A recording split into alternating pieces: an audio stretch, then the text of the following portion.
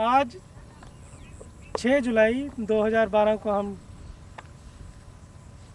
सरदार दीदार सिंह जी के खेत पर खड़े हैं। ये खेत पायलट परियोजना का जो मुख्य कार्यालय फरल गांव में है उसके अंतर्गत आता है और दीदार सिंह जी ने 7 जून को खेत में सीधी बिजाई करवाई थी।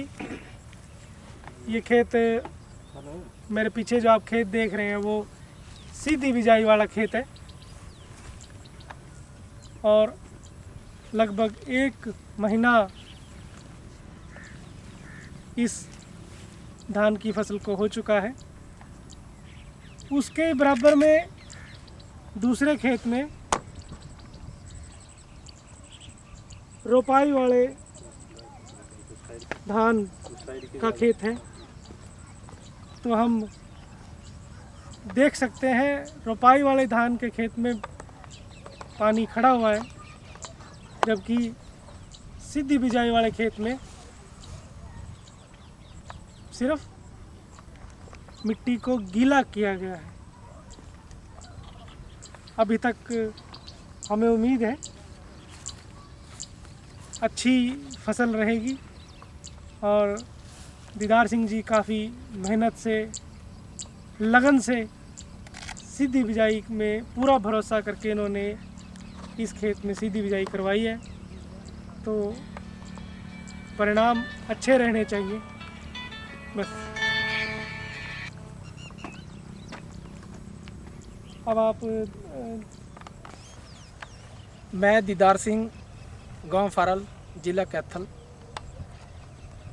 में एक कंपनी द्वारा सीधी बिजाई की खेती करने के बारे में मैंने विचार किया और मैंने ये सीधी बिजाई की हुई है। ये मेरे पीछे साइड में जो खेत है इसमें सीधी बिजाई हुई है और जो मेरे साइड में खेत है उसमें पौध उखाड़ कर कद्दू करके उस खेती को रोपा गया है।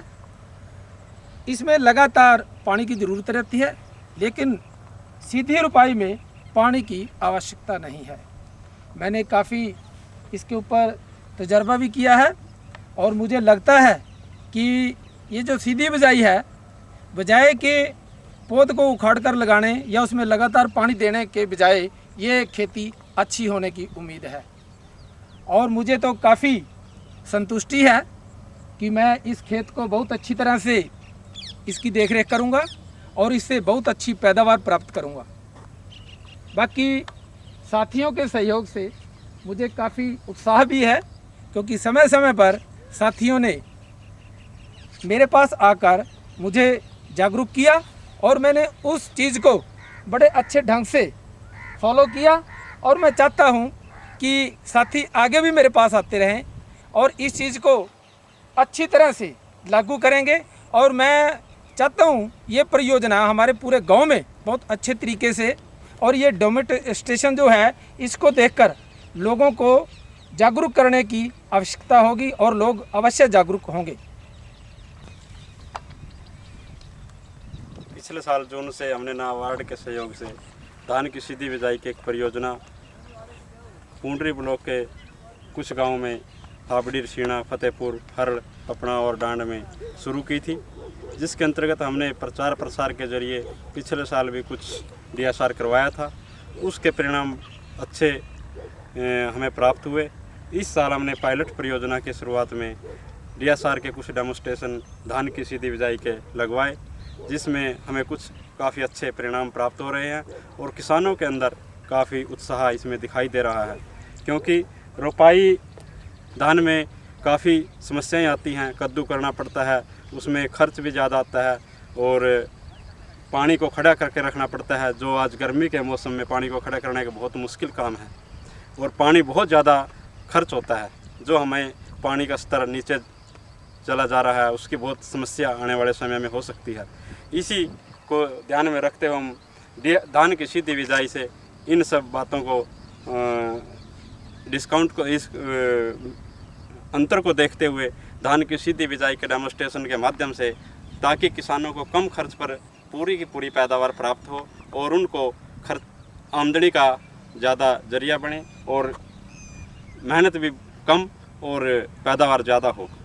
इसलिए हम इस तरह के कुछ प्रदर्शनी क्षेत्र हमने कुछ गांवों में पूंडरी ब्लॉक के लगाए हैं, ताकि किसानों में इसका प्रसार बढ़िया ढंग से किया जा सके। हरड़ गांव के सरदार दीदार सिंह जी के खेत पर खड़े हैं और हमारे पीछे जो जीरी की फसल दिखाई दे रही है वो सीधी बिजाई वाले फसल खड़ी है और देखने से काफ़ी अच्छी फसल लग रही है। और हम अब दीदार सिंह जी से पूछेंगे उनका कैसा तजर्बा रहा है अब तक का, जो ये सीधी बिजाई वाली फसल है। हाँ जी दीदार सिंह जी, अब आप अपना तजर्बा बताइए। आपका 2-2.5 महीने का सीधी बिजाई का तजर्बा है, वो कैसा रहा? मुझे ये सीधी बिजाई का जो सिस्टम है ये काफ़ी अच्छा लगा। कुछ मैं भी नया होने की वजह से, इतना ज़्यादा जागरूक न होने की वजह से कुछ शायद कमी रह गई हो, लेकिन मेरी कोशिश यही रही है कि जो बाकी बिजाई है, जो कद्दू की बिजाई है, इसका रिज़ल्ट उससे अच्छा रहे और लोगों में जागरूकता आएगी। ये कद्दू की जो खेती है इससे छुटकारा मिलेगा और लोग इस चीज़ को जो है दोबारा अपनाएंगे और इससे हमें काफ़ी लाभ भी मिलेगा। ये जो दूसरी ओर खेत है ये भी बासमती 11-21 का खेत है और ये प्योद लगाई हुई जीरी है। तो आज के बीज एक ही दिन बोया गया था, उसका बीज नर्सरी के लिए और इसका बीज सीधा खेत में डाला गया था।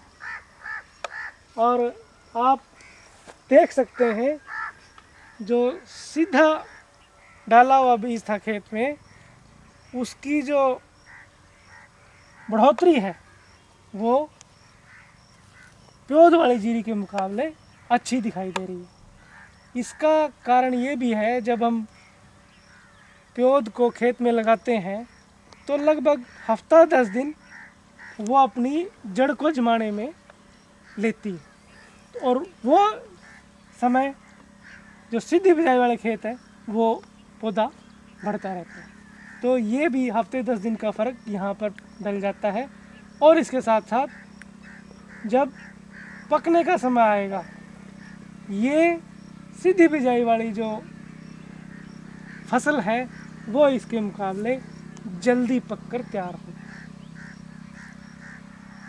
लगभग अंत तक 10 से 15 दिन जो प्योद लगाने में लगते हैं वही अंतर पकने के समय में सीधी बिजाई वाली और प्योद वाली जीरी में रहता है। फसल अच्छी खड़ी है तो हम संभावना यही है कि उत्पादन बढ़िया होगा और हम यही कामना करेंगे कि आपका तजुर्बा कामयाब रहे और जिससे दूसरे किसानों को भी इस विधि को अपनाने में सहायता मिले। अगले वर्ष मैं पहले भी कह चुका हूँ 2013 को हम कोशिश करेंगे पूरे क्षेत्र में सीधी बिजाई पे अधिक से अधिक जोर दिया जाए, अधिक से अधिक किसानों को इसके लिए प्रेरित किया जाए कि वो अपने खेत में बासमती धान की सीधी बिजाई करें ताकि पानी की बचत हो और किसानों के खर्चों में कमी आए। जो किसान अक्सर शिकायत करते हैं कि खेती की लागत लगातार बढ़ रही है, सीधी बिजाई उस लागत को कम करने का एक अच्छा माध्यम साबित हो सकता है। दीदार सिंह जी भी इस बात से सहमत होंगे कि खर्चा वास्तव में कम है। हाँ, इसका खर्चा तो काफ़ी कम है, क्योंकि अगर हम सही तरीके से देखें तो इसको एक ही बार खेती को जोतने से और इसको जो कंप्यूटराइज जो सिस्टम है उससे ज़मीन को समतल करने के बाद इसमें सीधी बिजाई कर देनी चाहिए। उससे कम भी 2-3 बार कम जोतने से भी हमारा कार्य चल सकता है, क्योंकि कद्दू वाली खेती में 2 बार 3 बार पहले जुताई करनी सूखे में करनी पड़ती है, उसके बाद कम से कम भी 2-3 बार ये जो कद्दू करके उसकी जुताई करनी पड़ती है। फिर सुहागे का भी काफ़ी उसमें हमें योगदान लेना पड़ता है, तो उस चीज़ से इस चीज़ का काफ़ी बचाव होता है। और इसमें जो बाकी खर्चे हैं वो भी जैसे लगवाई या और काफ़ी जो डेवलप बनाने के बाकी खर्चे हैं वो भी बहुत कम हो जाते हैं। इसलिए मैं सभी भाइयों से मेरा यही अनुरोध रहेगा कि इस बिजाई के माध्यम से आगे खेती करें और हमारे पानी को भी बचत मिलेगी और हमारे खर्चे से भी बचत मिलेगी, जो हमारे किसान भाइयों के लिए लाभदायक होगा।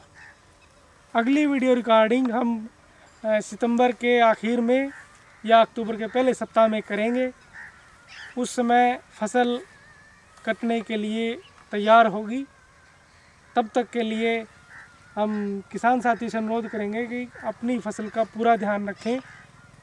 अब कीड़ों और बीमारियों से बचाने का वक्त है और अपनी फसल का कीड़ों और बीमारियों से बचाव रखें। थी दीदार सिंह जी गांव फरल के खेत पर खड़े हैं और हमारे पीछे जो धान है वो सीधी बिजाई की हुई धान है। अब पकने वाली स्थिति में है, तो हम दीदार सिंह जी से पूछते हैं उनका सीधी बिजाई के साथ तजुर्बा कैसा रहा। दीदार सिंह जी, प्योद वाली जीरी और सीधी बिजाई वाली जीरी, इसमें आपको क्या फ़र्क महसूस हुआ? जो प्योद वाली जीरी है उसमें खेत को तैयार करने का समय लगता है। खेत को सबसे पहले सूखे खेत को जोतना पड़ता है, उसके बाद उसको पानी लगाकर कद्दू करना पड़ता है। उसके बाद फिर लेबर का जो बंदोबस्त करना पड़ता है। लेबर आने के बाद तो जीरी जो है लगाई जाती है या पानी का जो है भराव रखना पड़ता है। जो सीधी बिजाई है इसमें लेबर खर्च इससे कम है और ये बिजाई जो है ये करनी भी आसान है, क्योंकि सूखे में ये बिजाई की जाती है। उसके बाद इसमें पानी जो है तकरीबन 8 या 10 दिन तक इसमें हम ठहराव रख सकते, मतलब सुखा सकते हैं, क्योंकि जब इसकी प्योद तैयार होती है, जब इसका पौधा तैयार होता है तब हमें इतनी ज़्यादा पानी की ज़रूरत नहीं पड़ती। लेकिन इस कद्दू वाली जीरी में हमें लगातार पानी की ज़रूरत पड़ती रहती है। खुदा न खासा बिजली में अगर कोई फॉल्ट आ जाए या पीछे से कोई फॉल्ट आ जाए या हमारी मोटर में कोई फॉल्ट आ जाए, तो जो सीधी बिजाई है वो इस चीज़ को सहन कर सकती है, भाई इसको पानी नहीं मिला। लेकिन जो कद्दू वाली धान है वो इस चीज़ को सहन नहीं कर सकेगी, क्योंकि उसको हमेशा ही पानी की ज़रूरत रहती है। अब हम लगभग पकाई की अवस्था में पहुंच चुके हैं। अब आप कैसा महसूस कर रहे हैं? आपने कोई गलती की सीधी बिजाई करके? नहीं, मैंने कोई गलती नहीं की। मैं अपनी खेती से पूरा संतुष्ट हूँ। जितना मैंने किया है उतना अच्छा है, मैं इससे संतुष्ट हूँ। और मैं तो और भाइयों को भी यही बोलूँगा वे सीधी बिजाई से खेती करें। आप फिर भी दूसरे किसान साथियों को क्या सलाह देना चाहेंगे? मैं सलाह देना चाहूँगा, हमारे पीछे यहाँ एक मीटिंग भी हुई थी, मैंने वहाँ भी कम से कम भी 50-60 किसान भाई थे, उनको यही संदेश दिया था कि मेरी जाकर धान देखो और आप भी सीधी बिजाई से धान लगाओ, क्योंकि आप इस झंझट से ख़त्म हो जाएगा। ट्रैक्टर का नुकसान होता है, आदमी का नुकसान होता है, और सूखे में काम करना आसान होता है, गिल्ले में काम करना जो है थोड़ा मुश्किल होता है। तो दीदार सिंह जी का नंबर है 98 96 24 74 38। मैं दोहरा देता हूँ इसको, 98 96 24 74 38। जो किसान साथी दीदार सिंह जी से सीधी बिजाई के बारे में बात करना चाहें वो इनसे सीधा संपर्क कर सकते हैं। और रही बात पैदावार की, तो अभी 15-20 दिन इसमें लगेंगे। तो जो किसान साथी इस कार्यक्रम को देखेंगे या देख रहे हैं वो भाई दीदार सिंह जी से फ़ोन पर उनके मोबाइल नंबर पर जीरी की पैदावार के बारे में बात कर सकते हैं, और इससे उनको भरोसा भी मिलेगा, तसल्ली मिलेगी कि सीधी बिजाई वाली धान में प्योद वाली धान के मुकाबले कितना फ़ायदा हो सकता है।